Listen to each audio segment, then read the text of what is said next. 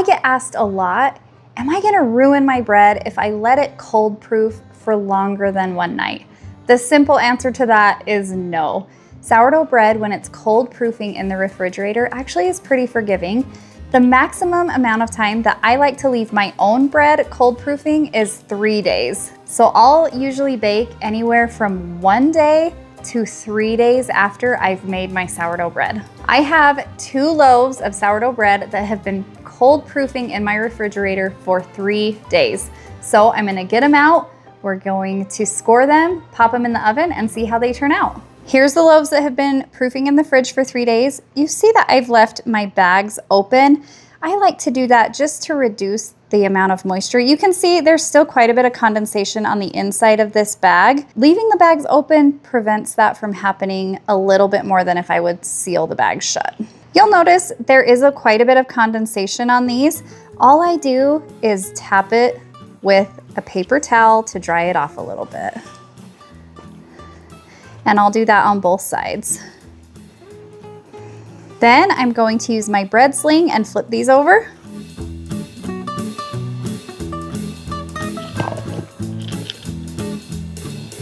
One thing I really like about cold proofing is that the loaves come out of the bannetons super easy and they keep their shape for when I'm scoring.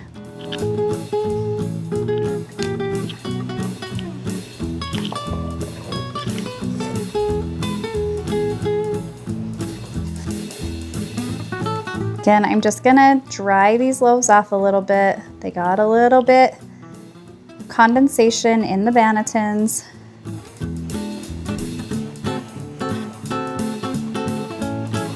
I have my Dutch ovens preheating in my oven to 500 degrees. That's up to temp, so I'm gonna score these and get them baking.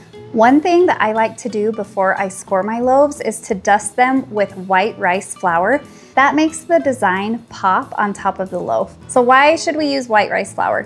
White rice flour doesn't burn in the oven like regular white flour does. So it's gonna stay white on top of my loaves rather than turning brown. I'll have a link in the description below that you can pick up some white rice flour as well as this flour duster. You can see that this just gives a nice even dusting on top of the loaf. And then I just rub that flour in.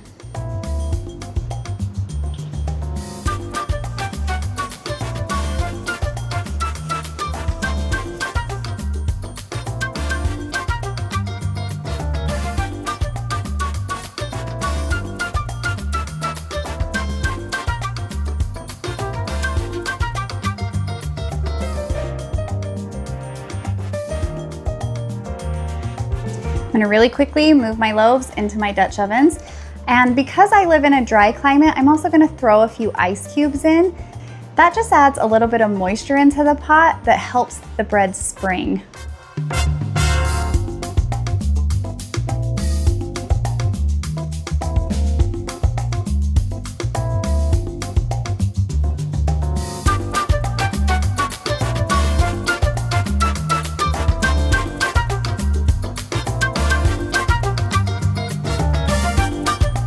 Like I said, I preheated my oven to 500 degrees.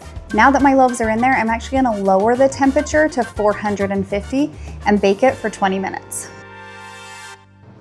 While I wait for those to bake, I just wanna share with you why I love letting my dough cold proof in the fridge for several days. So I like to prepare several loaves worth of dough all in one day, and then I'm going to bake a couple different times during the week so that my family has fresh sourdough bread all throughout the week. Now I just need to pop off the lids and bake for another 10 minutes.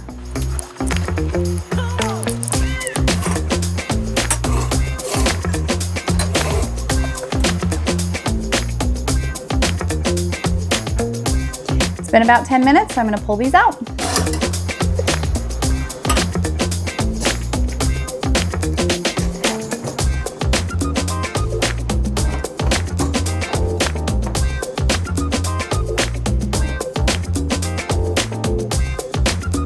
I'm going to wait for these loaves to completely cool. Usually takes about an hour. I don't want to slice into them until they're cooled off. These loaves have had time to cool down, so let's cut into them and check it out.